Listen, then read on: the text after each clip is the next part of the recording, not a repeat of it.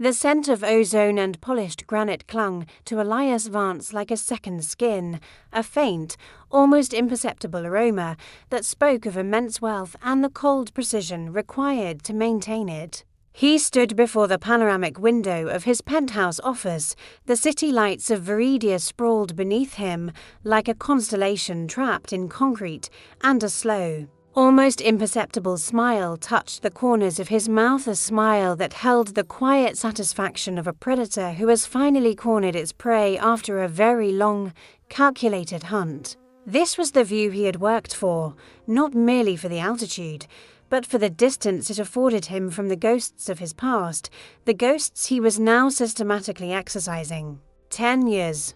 10 years had passed since the day his world had imploded, scattering the remnants of his pride and potential across the unforgiving floor of his former life. He remembered the sting of dismissal so vividly it was as if the words were still echoing in the sterile expanse of his current empire. It was the laughter that hurt the most, that high, brittle sound of disdain from Clarissa Thorne, his former fiancée, whose eyes, once promising a future of shared ambition, had narrowed into chips of glacial indifference the moment his startup failed spectacularly, taking his inheritance with it. "You're a dreamer, Elias," she had purred, adjusting the diamond necklace her father had bought, "but dreams don't pay the mortgage on a penthouse."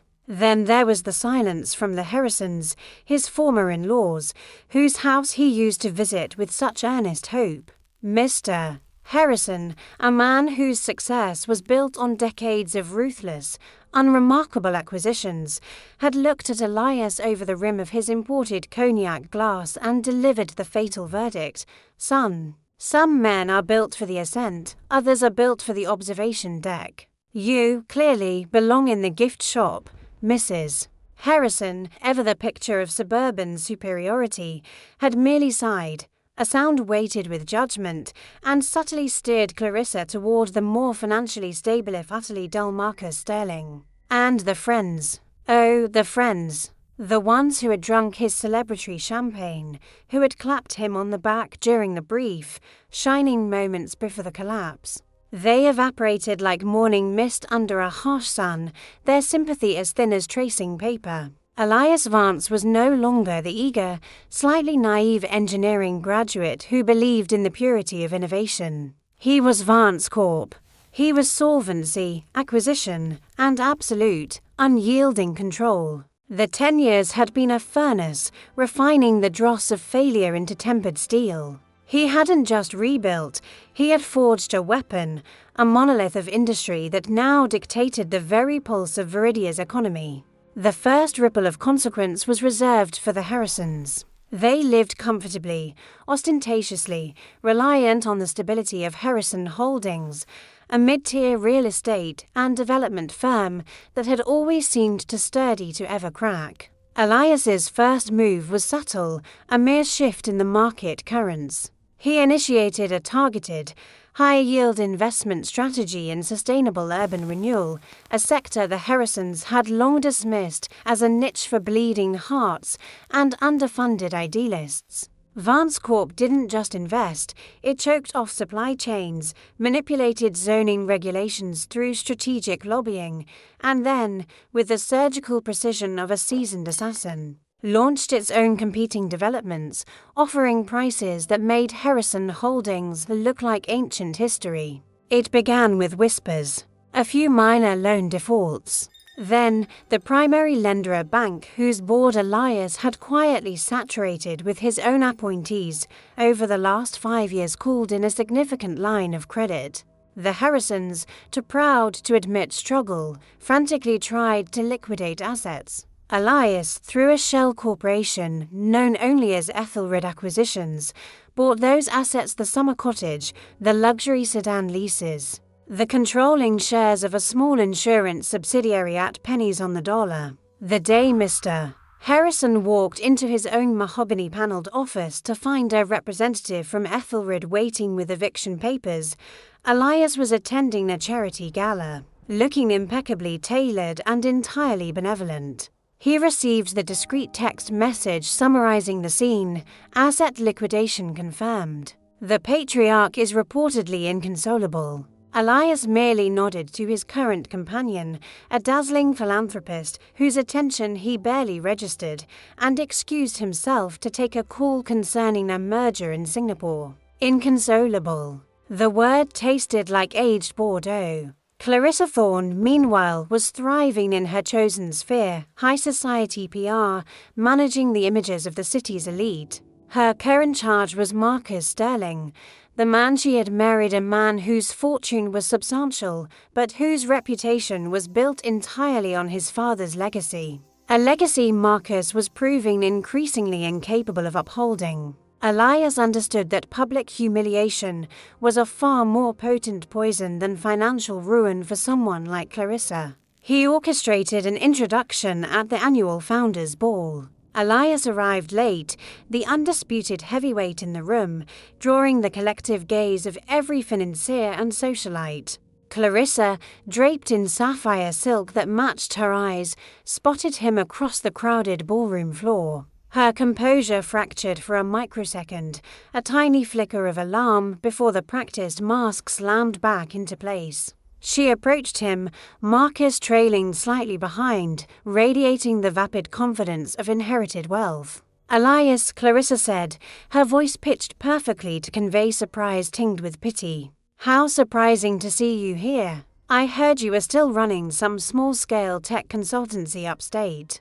Elias turned slowly, allowing his gaze to sweep over her, lingering just long enough to notice the subtle tightening around her jaw, then settling on Marcus with a look of mild curiosity. The kind one reserves for an overly familiar waiter. "Clarissa." "Marcus." Elias acknowledged them with a curt nod, his voice deeper, smoother than she remembered, imbued with the authority of a man who commanded boardrooms. "I apologize if my appearance is jarring. I suppose I've simply changed spheres. I'm actually here tonight representing Vance Corp. We're underwriting the new wing of the Viridia Museum." Clarissa's perfectly manicured hand gripped Marcus's arm. Vance Corp. The name was beginning to surface in business sections, whispered with awe and fear. She tried to recover, employing the condescending tone she'd perfected 10 years ago. "That's admirable, Elias. Small steps, right. Are you finally getting that patent cleared? I always worried about the intellectual property side of things with your old firm. Very risky."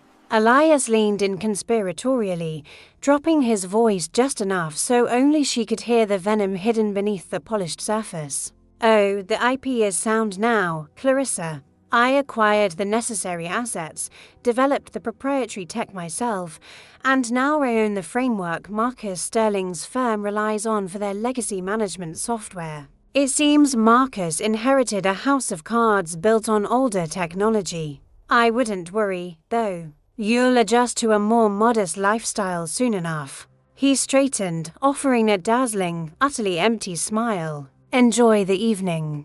I must circulate. Important people to greet." He walked away, not towards the mingling crowd, but directly towards the city's most influential venture capitalist. Leaving Clarissa Thorne standing in the middle of the ballroom, the sapphire silk suddenly feeling too heavy, the pity in her eyes replaced by a dawning, horrifying comprehension. Marcus, oblivious, was already trying to pivot the conversation back to the canapes.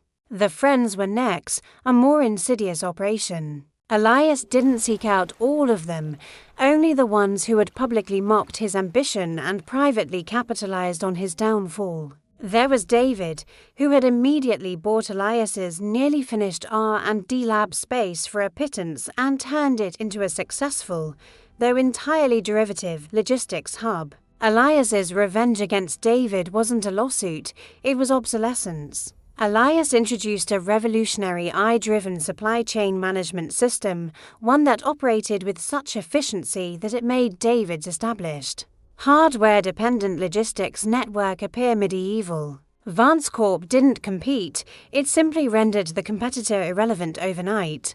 David's calls, once buzzing with casual camaraderie, now turned desperate. "Elias, man, we gotta talk. This new platform, it's eating my margins alive. Can we partner?" Integrate my distribution network. David pleaded over the phone, his voice cracking with uncharacteristic panic. Elias was on his private jet, flying to an overseas acquisition meeting. He looked out at the clouds, feeling a strange, detached calm. David, he said, his tone professional, distant. Vance Corp doesn't partner with companies running on 10-year-old infrastructure. We acquire them, restructure, and then usually divest the non-essential assets. Your network, David, is currently marked as non-essential. But Elias, we were friends. You helped me move furniture. Remember that night in 2009? Elias paused, allowing a carefully manufactured sigh to escape. David, I remember a time when I believed loyalty was a fungible asset. I was mistaken. Now, if you'll excuse me, I have a critical board meeting. I suggest you speak to my acquisitions department. They handle all inquiries regarding company closure. He hung up before David could reply, the sound of the dial tone a tiny, sharp punctuation mark on the end of an error. The revenge wasn't merely about making them poor or professionally irrelevant. It was about forcing them to acknowledge the architect of their ruin. To watch the man they dismissed as a failure become the immovable object blocking every avenue of their survival. The Harrisons' humiliation peaked during the final bankruptcy auction of their ancestral home. The estate, which had hosted countless smug dinner parties where Elias had been politely tolerated, was now being sold piece by piece. Elias didn't attend, of course. He sent his chief legal counsel, Ms. Reyes, a woman whose icy competence was legendary, with a single instruction: ensure the property records were immaculate and make sure the Harrisons witnessed the transaction. When Mr. Harrison, his face a roadmap of defeated pride, watched the gavel fall on his antique library bought by a representative of Vance Corp for a fraction of its worth, he finally understood the depth of Elias's commitment. Clarissa, who had tried to maintain her social standing by throwing smaller, desperate parties in rented apartments, was forced to attend the auction to try and salvage a few family heirlooms. She saw Ms. Reyes, impeccably dressed, accepting the deed, and the blood drained from Clarissa's face. She tried to approach, her desperation overriding her pride. Ms. Reyes, please, Clarissa whispered, reaching out a trembling hand. Tell Mr. Vance, tell him I need to speak with him. I was wrong. Everything I said, it was under pressure. I didn't know he could become this. Ms. Reyes didn't even pause her stride, merely glancing down at Clarissa as one might look at a misplaced piece of lint. Ms. Thorne, she said, her voice devoid of inflection, Mr. Vance has no recollection of any prior relationship with you. His schedule is currently booked for the next fiscal quarter. Furthermore, any attempt to contact him outside of formal business channels will be interpreted as harassment. The casual erasure was the final, devastating blow. Elias hadn't just moved on, he had retroactively scrubbed her relevance from his narrative. He wasn't her past lover seeking retribution, he was a force of nature that simply didn't register her existence. As the months turned, the retribution became less about direct confrontation and more about the slow, suffocating pressure of dominance. Elias built a new headquarters, the Vance Tower, a structure so ambitious in its design and so dominant in its height that it physically overshadowed every building in the financial district, including the modest offices Harrison Holdings had managed to cling to. The culmination of this quiet war arrived on the one-year anniversary of the Harrisons' financial collapse. Elias hosted a lavish, exclusive opening ceremony for the Vance Tower's observation deck, the very place Mr. Harrison had mockingly suggested Elias should be relegated to, the gift shop level. Elias stood at the highest point, addressing the curated selection of the city's elite, the people who mattered now, the people who had never known the struggling Elias Vance. He raised a glass of rare, smoky scotch. To Viridia, he announced, his voice amplified across the vast, hushed space. A city of endless possibility. But possibility, I've learned, is only unlocked by relentless will and an unwavering belief in one's own trajectory. Complacency is the true failure. Ambition, even when it stumbles, is the only path worth walking. As he spoke, he noticed 2 figures standing near the security perimeter, held back by discreet, polite guards. They were Mr. and Mrs. Harrison, looking diminished, their expensive clothes suddenly seeming threadbare against the backdrop of overwhelming success. They had clearly managed to secure an invitation through some desperate, last-ditch social maneuvering, perhaps hoping to appeal to the old Elias. Mr. Harrison was trying to project an air of weary dignity, but his eyes betrayed a raw, agonizing envy. Mrs. Harrison was weeping silently, the picture of elegant ruin. Elias didn't acknowledge them directly in his speech. Instead, he directed his next words to the city below, his voice carrying the weight of undeniable finality. There are those who believe success is inherited or granted by fortune. They are mistaken. Success is built, often on the broken foundations of yesterday's discarded ideas. And sometimes he paused, his eyes flicking, not towards the Harrisons, but towards the balcony railing. Sometimes those foundations are simply debris that needs clearing. He watched them. He saw the moment Mr. Harrison finally straightened his shoulders, not in defiance, but in utter, crushing defeat. He saw Mrs. Harrison pull her husband away, leading him not out the front door of triumph, but towards a discreet service exit. They didn't even try to speak to him. The gulf between them had become the Mariana Trench. Later that week, the final piece of the puzzle clicked into place. Clarissa, whose PR agency had been hemorrhaging clients after Elias subtly redirected several key accounts, found herself adrift. Marcus Sterling's firm, crippled by the obsolescence of his core software, collapsed spectacularly amidst a wave of shareholder lawsuits. Clarissa, suddenly unemployed, financially strained, and stripped of her social standing, tried one last, desperate attempt at connection. She found Elias in a quiet, impossibly exclusive restaurant, not with a current socialite, but alone, reading an architectural schematic. She approached his table, her face pale, her former allure faded into the haunted look of a survivor of a shipwreck. Elias, she choked out, her voice thin. I need help. Marcus, everything is gone. Please. I was foolish. I'll do anything. I'll work for you. Sweep floors, anything to erase what I did. Elias set down the schematic, his gaze cool and assessing, the way a scientist examines a preserved specimen. He didn't look angry or even satisfied. He looked finished with the subject. Clarissa, he said, his tone measured like reciting a corporate memo. The man you knew 10 years ago, the one who loved you despite your superficiality, died when his company went bankrupt. That man relied on promises and sentiment. I killed him myself. He picked up his water glass, turning the crystal until the light caught it perfectly. You claim you were wrong, but your wrongness was based on a fundamental misreading of reality. You thought potential was worthless without immediate collateral. Now you see that collateral is transient. True value lies in the capacity to rebuild. He took a slow sip, locking eyes with her. I don't need you to sweep floors, Clarissa. I need nothing from you. You are no longer relevant to my trajectory. To acknowledge you now, to offer you a lifeline, would be to admit that past slights carry weight in my present decisions. They don't. You were a necessary catalyst for my transformation, a painful lesson etched in pride. For that, I suppose I owe you a footnote.